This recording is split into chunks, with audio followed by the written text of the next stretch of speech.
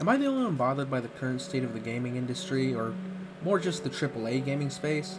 I mean, it takes about 5 seconds of research to realize the answer to that is no. And I could sit here and talk for hours about why I feel gaming is in such a difficult space, and maybe that's something I'll do another day.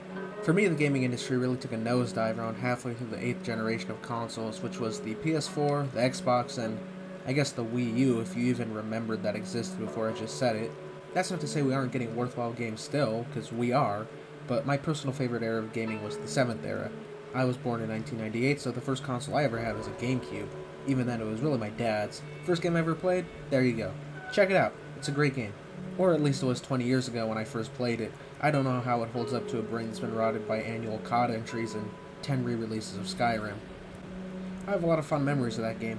I remember playing with my dad and him telling me he played on his first date with my mom, which, like the marriage, was a lie, but I'd probably chalk that up to my dad not realizing there was more than one video game made about the fucking Karate Turtles. But point is, while I grew up on the GameCube, the consoles that really took over my mind were the 360 and the PS3, and that's what I'm here to talk about today. Using nostalgia to hide from the shitty current state of things isn't a concept I invented, but it's something I intend to perfect, and document for you all here online. So here's my plan. I want to go back and play as many games as I can, then come here and give my thoughts and opinions on them. I'm planning on cranking out at least 2 games a week, some from the 7th gen, some from before, maybe even some after. So to start off my journey, as you can tell from the title, is Alan Wake. I love Remedy. They're one of my favorite developers out there, and Sam Lake is one of my favorite creators and people just on Earth.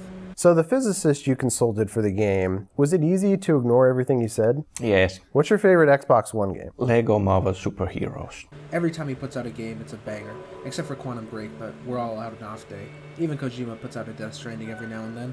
If you were a 360 gamer, you knew Alan Wake. It was one of those games with a very well-established reputation, and it's a game that I had on 360 growing up before my console decided to red ring as I was reaching the last level. When I saw the official trailer for Alan Wake 2 at the recent PlayStation event, I dug up my old 360 copy, put it in my Xbox One, and set out to finally beat it over 10 years later. So how does this game hold up? Well, Alan Wake released in May 2010 exclusively for Xbox 360, and if you don't know, it's a horror shooter. You play as Alan Wake, a best-selling author with writer's block who goes to this secluded Stephen King-esque town to take a vacation. Turns out his wife brought him there to find some inspiration, which he doesn't really appreciate, and he leaves, and that's when the game gets going. Alan Wake is a third-person shooter at its core, but it plays very differently than every other Remedy game. Enemies are people from the town that have been possessed by a dark presence, so to hurt them you have to use a light to burn away the darkness before lighting them up like a red-blooded American. There's no traditional crosshair reticle in Alan Wake, instead you aim the beam of your flashlight at enemies and pull the trigger. It's actually a very effective system, and the beam is pretty responsive and very easy to control. The game gives you a good variety of weapons. There's a revolver that you almost always have, the shotgun, an upgraded version of the shotgun, a flare, and a hunting rifle. My favorite to use out of all these was the upgraded pump shotgun. It had a very satisfying boom, and something's always fun about watching enemies fly back across the screen when you shoot them. There's 2 throwables. You get a flare and a flashbang. The flashbang works like a regular grenade, obliterating enemies when it goes off. The flare burns for a few seconds and keeps enemies from approaching, while also slowly reducing the shields of anyone who is too close when you set it off. It's a simple combination of weapons, but allows Alan Wake's combat to remain interesting. You can use a flashbang to clear the area when you're surrounded. I would usually run from enemies when I encountered a big group and use the flare to block the path so I could either fight off another group that I ran into, or have a kind of final stand and blast as many of them as I could before the light died out. There's a great part of the game where you're given a stockpile of ammo along with every weapon in the game and have to defend a huge stage blasting metal music and shooting out fireworks. Oh, damn it! Goddamn turn of the century wiring!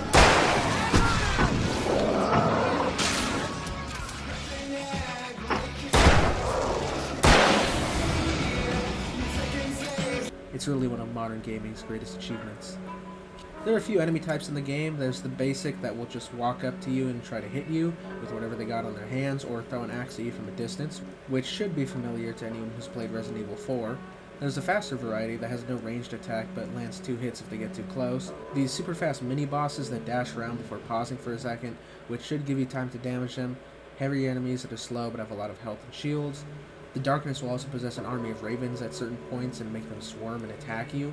You don't have to waste ammo since your flashlight will turn them all to dust one at a time, but this could eat up your batteries. Then there's one more enemy type. The fucking poltergeist objects. I fucking hate these things so much. I can't even put it into words. It is so fucking annoying. You have a few seconds to try and zap their fucking shield away and make them disappear before they fucking projectile launch at you at a million fucking miles an hour and stun lock you so 3 more fucking hit you. And it's so stupid. It's so fucking cheap. It's not fucking challenging. It's annoying and stupid because you can't even fucking dodge. And did I mention the dodge mechanic? It's probably my favorite mechanic in the game, and just another thing that keeps the combat engaging. By tapping the run button and pushing in a direction away from an oncoming attack, Alan will duck under the blow and avoid all damage. The game will sometimes shift into a cool slow-mo and show a cinematic angle, taking on a large group of enemies, dodging under an axe swing, and then immediately popping one in the head for an insta-kill is one of the coolest things you can do this week if you buy Alan Wake right now. Story is the binding glue of every Remedy game. It's a studio known for their gimmicks. More Nordic mythology references than God of War, funny live-action TV shows, Jason McCaffrey voicing a character, Sam Lake's beautiful face. I want to thank all our guests for the evening. Alan Wake, Sam Lake. Once more, do the face for us, Sam. There it is. Strong narration, and all these are present in Alan Wake. While walking through the game, you can find a live-action show that plays on TV. It's called Night Falls. That's clearly a parody of The Twilight Zone. I sat down and watched every episode I came across, and I also waited and listened to every radio show I could find. The story is actually super compelling. The characters are all fun, especially Alan Wake. I love that he's played as this thriller author, but the game treats him like a rock star. He does late-night show interviews, parties, and gets wasted until the sun comes up, is flocked by groupies everywhere he goes, beats up paparazzis, and pretty much just anyone who annoys him. There's a good amount of intrigue and twists to keep you invested. At the start of the game, Alan's wife is dragged to the bottom of a lake, and he dives in after her, only to wake up in a wrecked car a week later, and the game's core mystery is trying to figure out what happened in that week and what happened to his wife. I don't want to say much more, go out and play the game for yourself. There's also 2 story DLCs that take place after the game called The Signal and The Writer. Both of these are included in the remaster of the game, which is available on PS4, PS5, Xbox, and the Xbox Series X. There's another beefier expansion called Alan Wake's American Nightmare that takes place after those, but it's not included in the remaster, so you'll have to spring for that on your Xbox. That being said, I haven't played any of those, but I will soon, and when I do, I'm going to upload a video talking about them. So I played Alan Wake on an Xbox One S, 500GB, since I don't currently have a 360. The game ran pretty well. It was designed for Xbox, and the One didn't have any trouble running the game for me. I played on normal difficulty. If you're a casual gamer, I'd recommend this setting for you. It's easy enough for most of the game, but there will be little sequences that should be challenging for you. Ammo is pretty abundant, and if you keep moving and make sure to use your arsenal, you should have fun and an appropriately challenging time. If you're a more serious gamer and you really want a challenge, this may be a little too easy, but either way, you can't really go wrong with Alan Wake. It took me about 11 hours to beat the campaign from start to finish, but I didn't keep an exact record. I got a fair chunk of the achievements going through it.